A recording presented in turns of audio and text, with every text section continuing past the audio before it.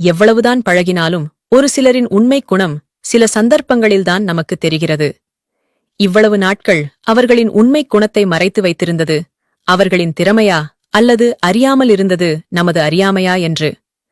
உங்களை ஏமாற்றியவர்களுக்கு ஒன்றை மட்டும் சொல்லிவிட்டு விலகுங்கள். இன்று எனக்கு, நாளை யாராலோ உனக்கு. அடுத்தவன் உனக்காக உன் வாழ்க்கையை வாழப்போவதில்லை.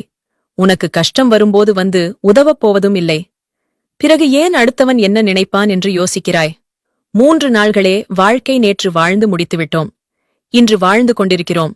நாளைய வாழ்வு எப்படி என்பது தெரியாது. நிச்சயமில்லாத வாழ்க்கை இது நிரந்தரமாக இருக்க பட்டா கிடையாது.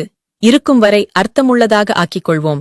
வாழ்க்கையில் ஜெயிக்க வேண்டுமென்றால் முதலில் உன்னை இழிவாக நினைப்பவர்களையும் உன்னிடம் என்றுமே குறை காண்பவர்களையும் உன் வாழ்க்கையிலிருந்து ஒதுக்கிவிடு. ஒன்றை இழந்தால் அதைவிட சிறந்த ஒன்று உன்னை வந்து சேரும். நீ இழந்தது உனக்கு நல்லதல்ல என்பதை காலம் ஒரு நாள் நிச்சயம் காட்டும். நம்பிக்கையோடு காத்திரு, நல்லதே நடக்கும். உண்மையான உறவு என்பது நமக்காக விட்டுக் கொடுக்கும். ஆனால் நம்மை அடுத்தவர்களிடம் எதற்காகவும் விட்டுக் கொடுக்காது. அப்படி விட்டுக் கொடுக்கிறது என்றால் புரிந்து கொள்ளுங்கள், அதுதான் போலியான உறவு. நீங்கள் ஒரு உறவை நம்பி அந்த உறவும் பொய்யெனத் தெரிந்தபின் காணும் உறவெல்லாம் பொய்யாகவே தெரிந்துவிடும். என்ன செய்ய அவதானமாக இருங்கள். வேஷம் போடும் உறவுகளுக்கு மத்தியில் உண்மையான பாசம் தோற்றுத்தான் போகும். மானம் கெட்ட மனசுக்குதான் தெரிவதில்லை அது பாசம் அல்ல வேஷம் என்று. விட்டுக் கொடுப்பதற்கும் விட்டு செல்வதற்கும் ஒரே ஒரு வித்தியாசம்தான்.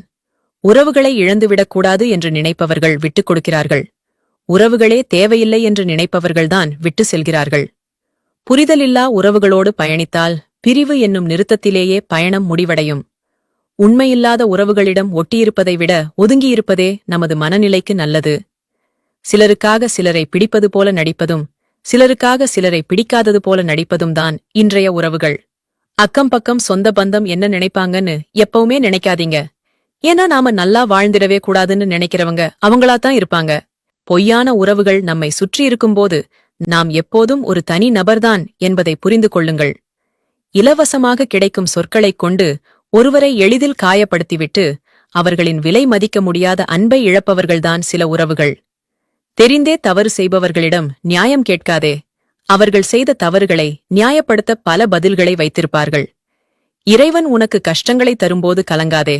அவன் உனக்கு கஷ்டங்கள் தருவது உன்னை சோதிக்க அல்ல, உன்னை சுற்றி எத்தனை போலி உறவுகள் உள்ளது என்பதை உணர்த்துவதற்காக. பிறரிடம் சிரித்து பேசி உங்களுடன் மட்டும் அமைதி கொள்ளும் நபர்கள் மீது கோபப்படாதீர்கள்.